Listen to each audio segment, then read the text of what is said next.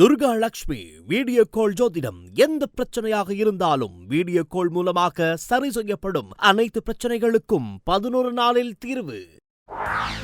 கடந்த 20 ஆண்டுகளாக இலங்கை மற்றும் தென்னிந்திய கேட்டரிங் துறையில் முன்னணி மற்றும் முன்னோடி நிறுவனமாக திகழ்ந்து தனது தன்னிகரற்ற சேவையின் மூலம் மக்களின் நன்மதிப்பையும் நம்பிக்கையும் பெற்ற ரூபீஸ் கேட்டரிங் நிறுவனம் தற்போது வென்யூ சோர்சிங், கேட்டரிங், டெக்கரேஷன் என முற்றுமுழுதான ஈவென்ட் பிளானிங் சேவையினை வழங்குகின்றது. உங்களது நிகழ்வுகள் எதுவானாலும் rubiescatering.co.uk உங்களது நிகழ்வுகள் எதுவானாலும் தங்கமான பொழுதாக மாற்றிட rubiescatering.co.uk.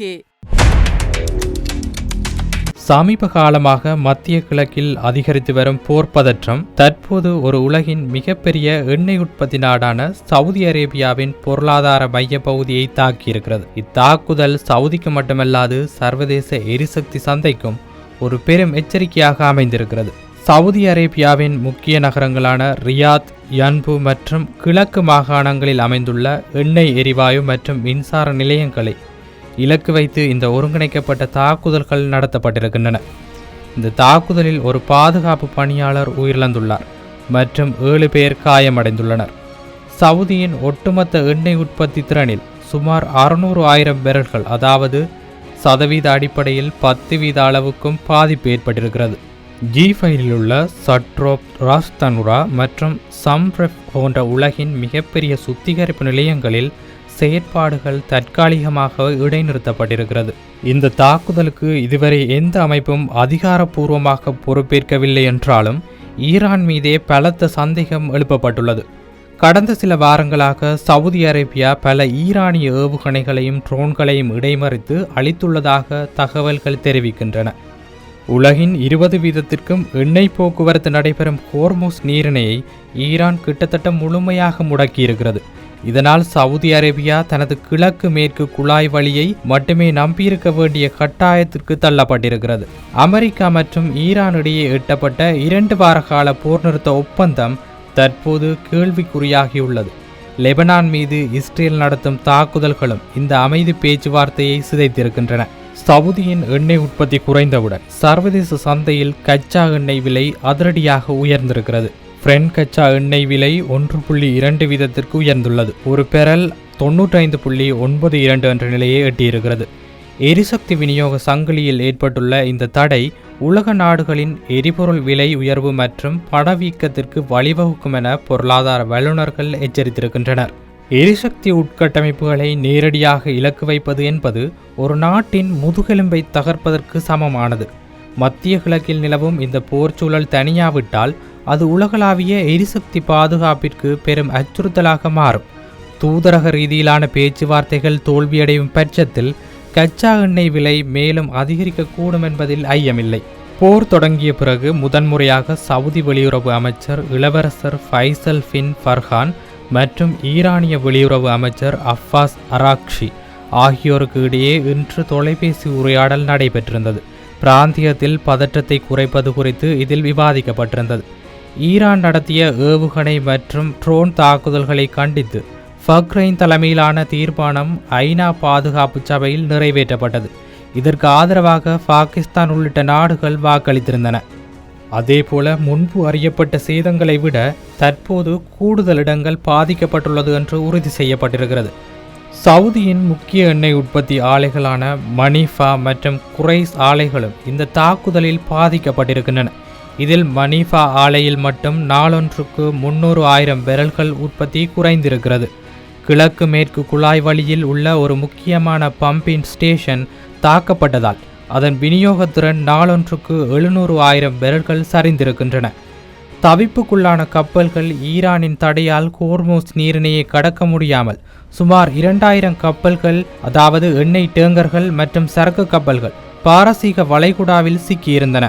இந்த கப்பல்களில் சுமார் 20,000 பணியாளர்கள் உணவிற்கும் பாதுகாப்பிற்கும் தவித்துக் கொண்டிருப்பதாக சர்வதேச கடல்சார் அமைப்பு தெரிவித்திருந்தது. ஹோர்முஸ் நீரிணையை மீண்டும் திறக்க வேண்டுமானால் அங்கு செல்லும் கப்பல்களிடம் சுங்க கட்டணம் வசூலிக்கும் உரிமை தனக்கு வழங்கப்பட வேண்டும் என ஈரான் பிடிவாதமாக இருந்தது. ஒருவேளை ஹோர்முஸ் நீரிணை நீண்ட காலத்திற்கு மூடப்பட்டால் கச்சா எண்ணெய் விலை ஒரு பெரல் 190 வரை உயரக்கூடும் என JP மோர்கன் மற்றும் பொருளாதார ஆய்வாளர்கள் எச்சரித்திருக்கின்றனர். இதுவரை 50க்கும் மேற்பட்ட எரிசக்தி சார்ந்த சொத்துக்கள் சேதமடைந்துள்ளதால் இது ஒரு தற்காலிக தடையல்ல, மாறாக உலகளாவிய விநியோக அதிர்ச்சி எனவும் வர்ணிக்கப்படுகிறது. பிப்ரவரி 28 அன்று அமெரிக்கா இஸ்ரேல் படைகள் ஈரான் மீது நடத்திய தாக்குதலுடன் தொடங்கிய இந்த போர் தற்போது முழு மத்திய கிழக்கையும் பாதித்திருக்கிறது.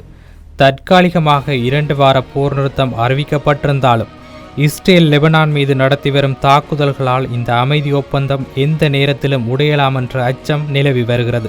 தற்போதைய சூழலில் பாகிஸ்தானில் இந்த வார இறுதியில் நடைபெறவுள்ள பேச்சுவார்த்தைகளை அடுத்த கட்ட அமைதிக்கு வழிவகுக்கும் என எதிர்பார்க்கப்படுகிறது.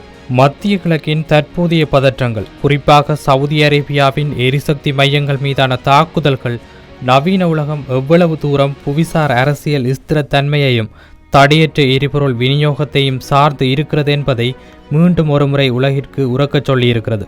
சவுதியின் எண்ணெய் உற்பத்தி திறனில் ஏற்பட்டுள்ள இந்த 10% சரிவு என்பது ஒரு புள்ளி விவரம் மட்டுமல்ல. இது உலக நாடுகளின் உற்பத்தி செலவு, போக்குவரத்து மற்றும் சாமானிய மக்களின் அன்றாட வாழ்க்கை செலவுகளை நேரடியாக பாதிக்கப் போகும் ஒரு பொருளாதார தொடர் விளைவின் தொடக்கமாகும். ஈரான் மற்றும் சவுதி அரேபியாவிற்கு இடையிலான இந்த மறைமுக போர் தற்போது நேரடியாக எரிசக்தி உட்கட்டமைப்புகளை சிதைக்கும் நிலைக்கு சென்றுள்ளது. ஹோர்மூஸ் நீரிணை போன்ற முக்கியமான கடல்வழி பாதைகளை மூடுவது அல்லது அங்கு சுங்க கட்டணம் கோருவது போன்ற ஈரானின் நகர்வுகள் சர்வதேச கடல்சார் சட்டங்களுக்கே விடப்பட்ட சவாலாகும். அமெரிக்கா மற்றும் இஸ்ரேலின் தலையீடுகள் இப்பிராந்தியத்தில் நிலவும் நெருக்கடியை மேலும் சிக்கலாக்கியுள்ளன. வெறும் 2 வார காலத்திற்கு அறிவிக்கப்பட்ட போர் நிறுத்தங்கள் தற்காலிகமாக தீர்வை தந்தாலும் லெபனான் மற்றும் பிற பகுதிகளில் தொடரும் இராணுவ நடவடிக்கைகள் இந்த அமைதி பேச்சுவார்த்தைகளை வெறும் காகித அளவிலான ஒப்பந்தங்களாகவே மாற்றியிருக்கின்றன. அதேபோல கச்சா எண்ணெய் விலை ஒரு பெரல் $190 எட்டும் என்ற கணிப்புகள் உண்மையானால் அது வளர்ந்து வரும் நாடுகளை பெரும் நிதி நெருக்கடிக்குள்ளாக்கும். குறிப்பாக மாற்று எரிசக்திக்கு இன்னும் முழுமையாக மாறாத நாடுகள் விநியோக அதிர்ச்சியால் கடுமையான மின்தட்டுப்பாடு மற்றும் தொழில் முடக்கத்தை சந்திக்க நேரிடும். சவுதியின் விஷன் 2030 போன்ற பொருளாதார மறுமலர்ச்சி திட்டங்களுக்கு இந்த தாக்குதல்கள் ஒரு பின்னடைவாக அமையலாம் என்றாலும் அதன் மீண்டெழும் திறன் சர்வதேச சந்தைக்கு மிக முக்கியமானதாகும். சர்வதேச சமூகம் தற்போது ஒரு முக்கியமான சந்திப்பில் நிற்கிறது. ஆயுத மோதல்களுக்கு அப்பால் தூதரக ரீதியிலான அழுத்தங்கள் மூலமே இத்தகைய உலகளாவிய அச்சுறுத்தல்களை தணிக்க முடியும். மத்திய கிழக்கில் ஒரு நிலையான அமைதி என்பது வெறும் பிராந்திய தேவை மட்டுமல்ல, அது உலக பொருளாதாரத்தின் உயிர் நாடியாகும். வல்லரசு நாடுகளும் ஐக்கிய நாடுகள் சபையும் வெறும் கண்டனங்களை தாண்டி நீண்டகால போர் நிறுத்தத்தையும் பாதுகாப்பான கடல்வழி போக்குவரத்தையும் உறுதி செய்ய தவறினால் 2026ஆம் ஆண்டு உலக வரலாற்றில் மற்றொரு பெரிய எரிசக்தி நெருக்கடி ஆண்டாக பதியப்படுவது தவிர்க்க முடியாததாகிவிடும்.